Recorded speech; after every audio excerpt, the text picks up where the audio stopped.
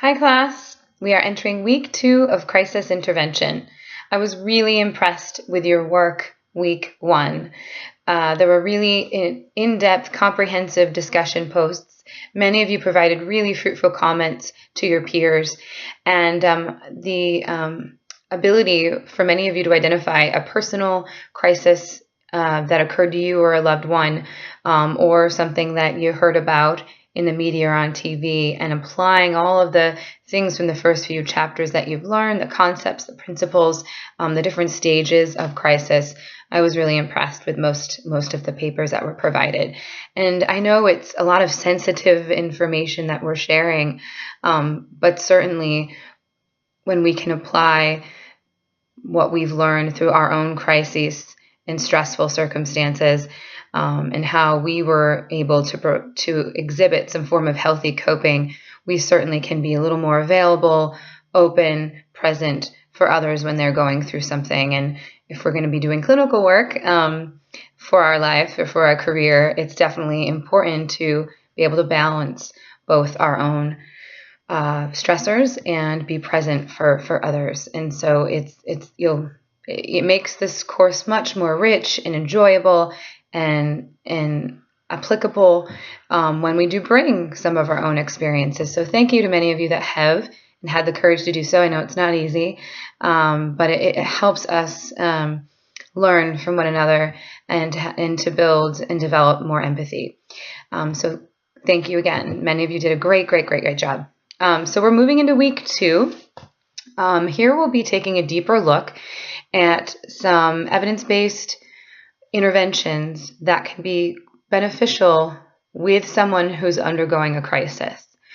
2 of the primary strategies that there's a lot of research behind are problem-solving therapy techniques as well as motivational interviewing, because these are strategies that can be applied at different stages of a crisis or with a variety of different symptoms.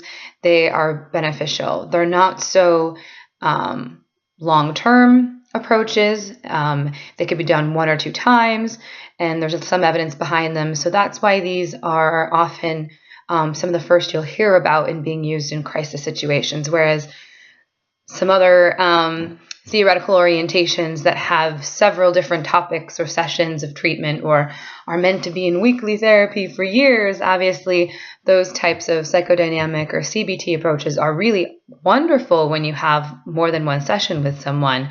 But when you're really trying to evaluate and help mitigate crises and help someone really problem solve or figure out what's most important and break it down into more manageable pieces, these are 2 approaches that really work.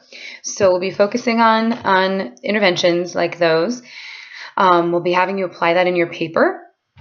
I'm going to have you watch a TED Talk video, very interesting TED Talk video. If you're not already familiar with the Columbine shootings, the mother of one of the shooters does a TED Talk video. And I want you to kind of consider, in this kind of crisis situation, if you were to have been the therapist or clinician working with that teenager, what would the treatment plan look like? What would the interventions look like? And what might be some of the outcomes?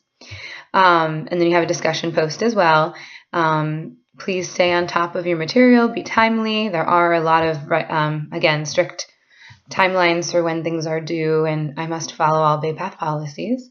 And lastly, continue to follow APA formatting.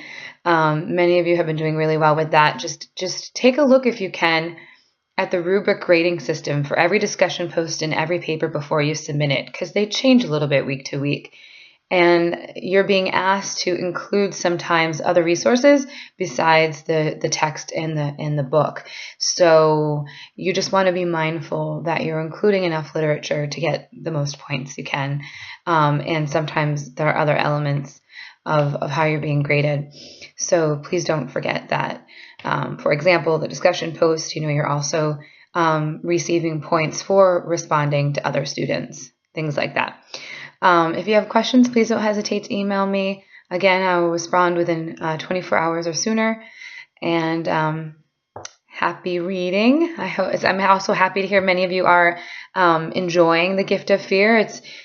There's a lot of interesting anecdotal information, as well as some other philosophical and legal concepts and recommendations. So it's a very interesting book. And so I'm really glad we're able to apply that into this course, and that many of you are already kind of having difficulty putting it down. So that's great. Thanks for all your hard work, and I will talk to you again like this next week. Take care. Bye.